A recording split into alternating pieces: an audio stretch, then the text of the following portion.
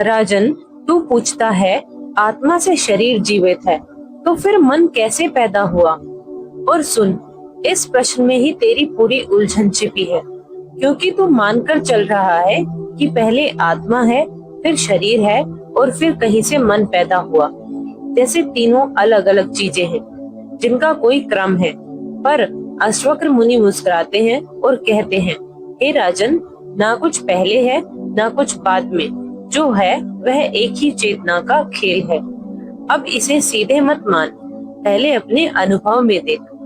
जब तू गहरी नींद में होता है तब शरीर भी नहीं, मन भी नहीं है, ना कोई विचार, ना कोई इच्छा, ना कोई पहचान, फिर भी तू है। और जैसे ही तू जागता है अचानक विचारों की भीड़ आ जाती है। मैं कौन हूँ, मुझे क्या करना है, मेरा नाम क्या है, मेरा मन है। पर क्या तुमने कभी देखा कि यह मन आया कहाँ से? क्या तुमने उसे आते हुए पकड़ा? नहीं, वह बस प्रकट हो गया, जैसे अंधेरे कमरे में अचानक प्रकाश जले और सब वस्तुएं दिखने लगी।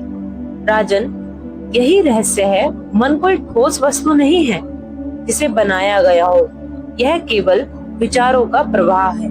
और विचार कहाँ से आते हैं? स्मृति से, अनुभव से, पहचान से। और यह सब किसमें हो रहा है? उसी चेतना में जिसे तू आत्मा कहता है। अब मुनि अश्वक्र का संकेत समझ। मन ही संसार है।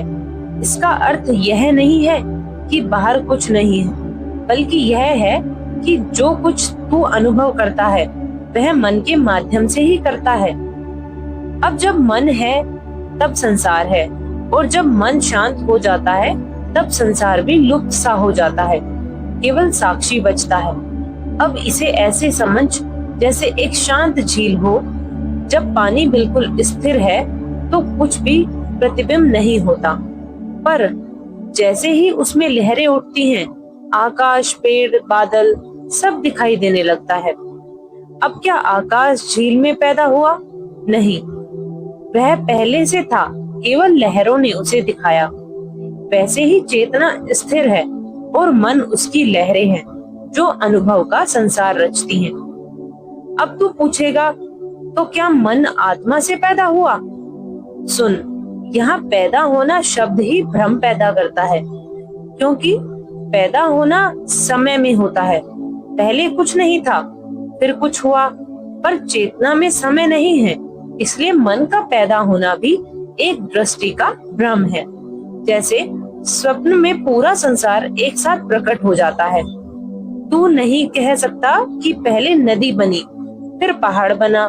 सब एक ही क्षण में अनुभव होता है। राजन, अब का एक संकेत देख।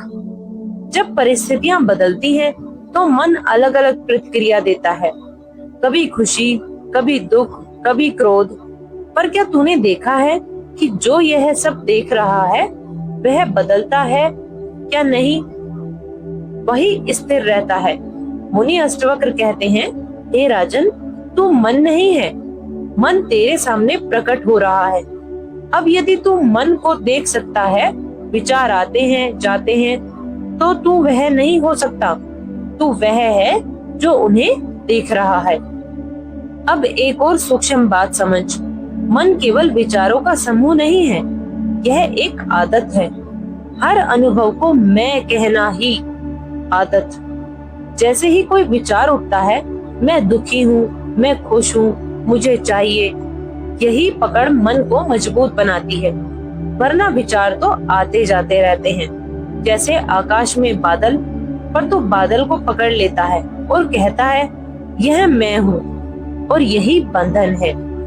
अब इसे एक और उदाहरण से समझ। जैसे दर्पण में हजारों चेहरे दिखते हैं, कोई हंसता है, कोई रोता है, पर दर्पण किसी से जुड़ता नहीं, यह केवल दिखाता है। वैसे ही चेतना और मन उस प्रतिबिंब का खेल है।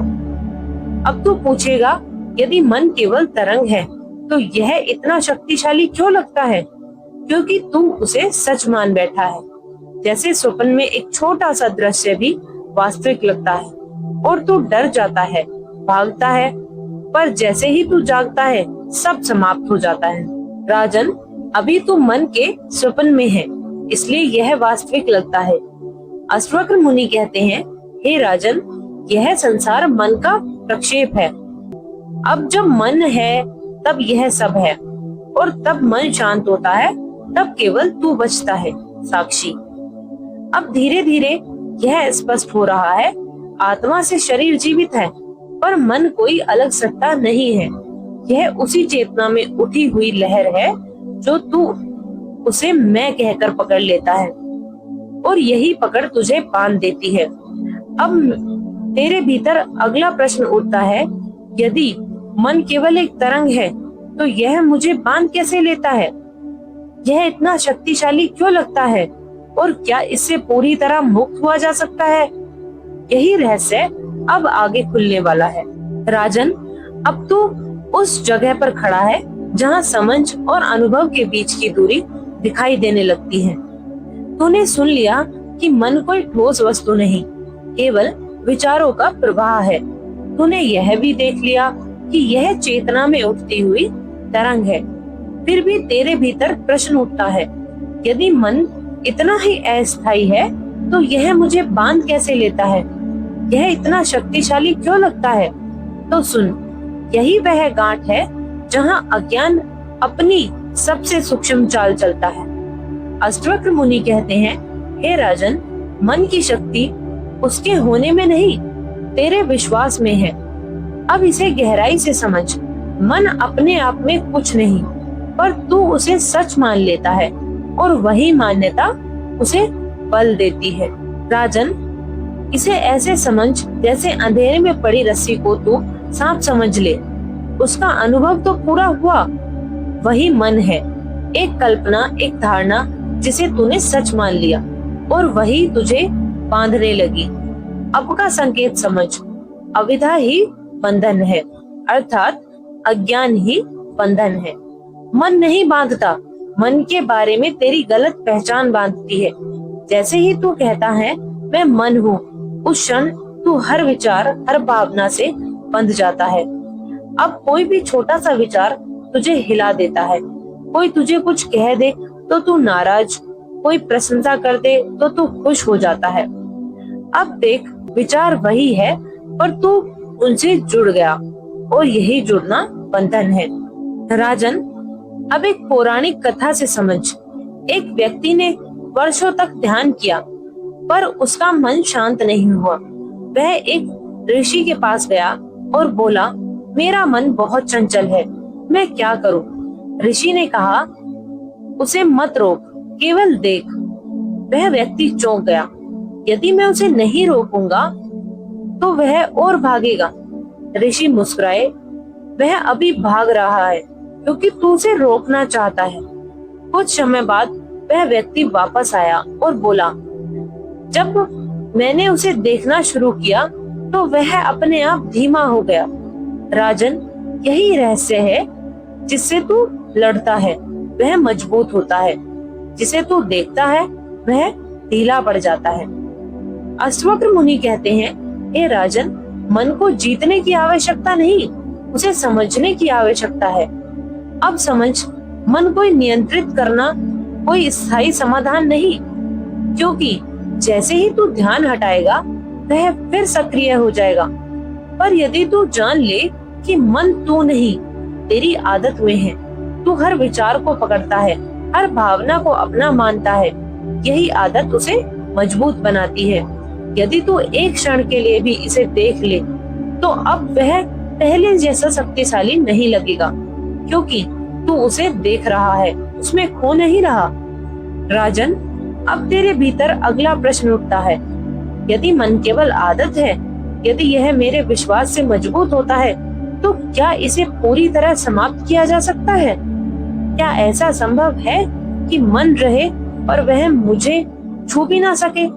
राजन, अब तू सूक्ष्म मोड़ पर पहुंचा है जहां प्रश्न और भी गहरा हो जाता है।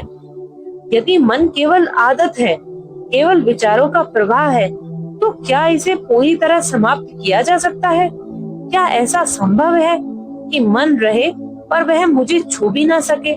तो सुन, यही साधक अक्सर दो रास्तों में भटक जाता है। या तो वह मन को खत्म करने की कोशिश करता है, या फिर उससे हार मान लेता है। पर अश्वक्र मुनि कहते हैं, हे राजन, ना मन को दबाना है ना उससे भागना है, केवल यह जानना है कि तू मन नहीं है। अब यह सुनने में विरोधाभासी लग सकता है। इसे ऐसे देख जैसे आकाश में बादल आते हैं, कभी काले, कभी सफेद, कभी घने, पर क्या आकाश उन्हें हटाने की कोशिश करता है? क्या वह कहता है ये बादल नहीं होने चाहिए? नहीं, वह केवल रहता है और बादल अपने आप आते जाते रहते हैं। वैसे ही विचारों के बादल हैं और तू आकाश है। अब यदि तू बादलों को हटाने लगेगा तो तू बादलों में ही उलझ जाएगा, पर यदि तू आकाश में स्थित हो जाए तो बादल तुझे छू भी नहीं पाएंगे। अब का एक गहरा संकेत समझ, असंगो हम, मैं असंग हूँ, किसी से जुड़ा नहीं हूँ। अब इसका अर्थ यह नहीं कि तू संसार से भाग जाए, इसका अर्थ यह है कि तू भीतर से जुड़ना छोड़ दे। जैसे कमल का पत्ता पानी में रहते हुए भी भीगता नहीं, वैसे ही तू मन के बीच रहते हुए भी उससे अछूता रह सकता है। राजन, अब एक और पौराणिक कथा समझ। एक साधक अपने गुरु के पास गया और बोला, मैं ध्यान करता हूँ पर विचार रुकते नहीं। गुरु ने उसे एक दीपक दिया और कहा, इसे लेकर चल, पर ध्यान रखना कि लो बुझनी नहीं चाहिए। वह साधक पूरा ध्यान दीपक पर रख कर चल रहा था। जब वह लौटा तो गुरु ने पूछा, क्या तूने रास्ते में लोगों को देखा? उसने कहा, नहीं, मेरा पूरा ध्यान दीपक पर था। गुरु बोले, जब ध्यान एकाग्र हो जाता है तो बाकी सब अपने आप ओझल हो जाता है। हे राजन, मन को छोड़ दे, तू मुक्त है। अब क्या इसका अर्थ यह नहीं कि मन को नष्ट कर दे, इसका अर्थ है मन को पकड़ना छोड़ दे, क्योंकि पकड़ ही बंधन है। जैसे ही पकड़ ढीली होती है, मन अपने आप शांत होने लगता है। राजन, अब एक और गहरी बात समझ, मन का समाप्त होना लक्ष्य नहीं है, क्योंकि मन तो एक साधन है। समस्या मन नहीं, उसकी पहचान है। जब तू कहता है मैं मन हूँ, तब तू बंध जाता है, और जब तू देखता है मन मेरे सामने है, तब तू मुक्त हो जाता है। अब धीरे धीरे यह स्पष्ट हो रहा है, मन को हटाना नहीं, उससे अलग होना है, और यह अलगाव प्रयास से नहीं, समझ से आता है। जैसे ही तू बार बार देखता है कि यह विचार है, मैं नहीं, वैसे ही यह दूरी स्थिर होने लगती है।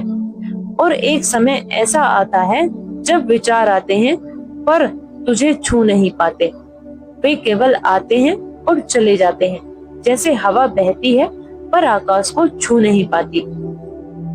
राजन, अब तेरे भीतर अंतिम प्रश्न उठ रहा है, यदि यह स्थिति स्थिर हो जाए, यदि मन रहे पर वह मुझे बांध न सके, तो फिर जीवन कैसे होगा? क्या व्यक्ति सामान्य जीवन जी पाएगा या वह सब कुछ छोड़ देगा? राजन, अब तो उस अंतिम प्रश्न के सामने खड़ा है जो हर साधक के भीतर उठता है। यदि मन मुझे बांधता नहीं, यदि मैं साक्षी में स्थित हो जाऊं, तो फिर मेरा जीवन कैसा होगा? क्या मैं सामान्य रह पाऊंगा या सब कुछ छोड़ देना पड़ेगा? तो सुन, यही वह भ्रम है जो तुझे अंतिम कदम लेने से रोकता है, क्योंकि तू सोचता है कि साक्षी बनना मतलब जीवन से भाग जाना। पर अश्वक्र मुनि कहते हैं, हे राजन, ज्ञानी न संसार को छोड़ता है न उसे पकड़ता है, वह केवल उसमें रहता है पर उससे बनता नहीं। अब इसे गहराई से समझ। राजन, अभी तो हर कार्य को मन के माध्यम से करता है, सोचकर, तुलना करके, डर या इच्छा के आधार पर। इसलिए हर काम में तनाव है, हर निर्णय में बोझ है। पर जब तू साक्षी में स्थित होता है, तब कार्य रुकते नहीं बल्कि और सहज हो जाते हैं। जैसे नदी बहती है, उसे सोचने की जरूरत नहीं कि कहाँ जाना है, वह अपने स्वभाव से बहती है। वैसे ही जीवन तेरे माध्यम से बहने लगता है। अब का एक सूक्ष्म संकेत समझ।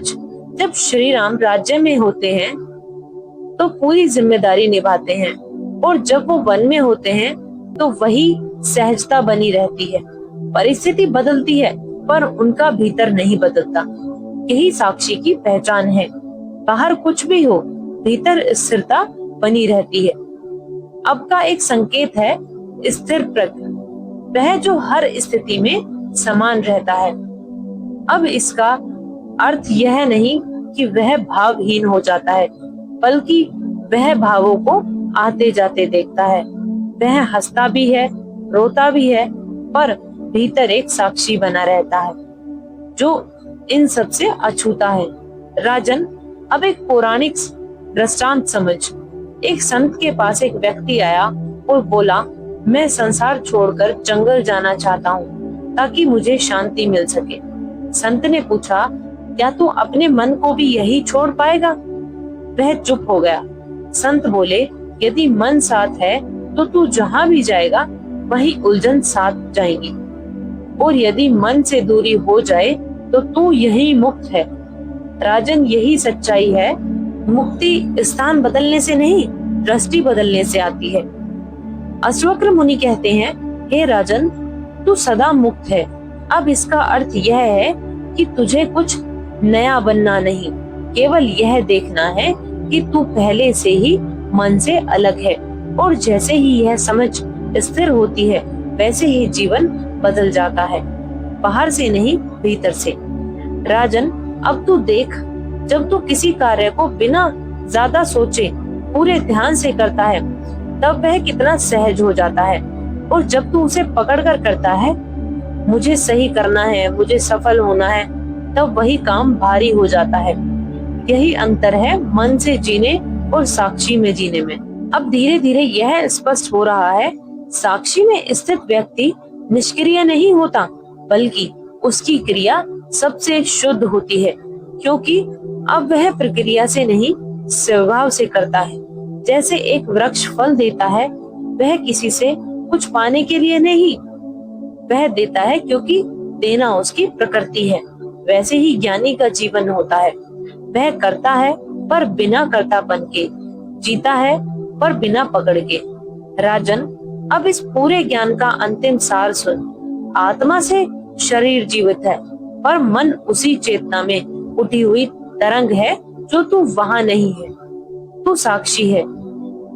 जैसे ही तू मन को पकड़ना छोड़ देता है, वैसे ही उसका प्रभाव समाप्त हो जाता है। जीवन वही रहता है, पर जीने का ढंग बदल जाता है। अब न विचार तुझे बांध रहे हैं, न कुछ छोड़ रहे हैं।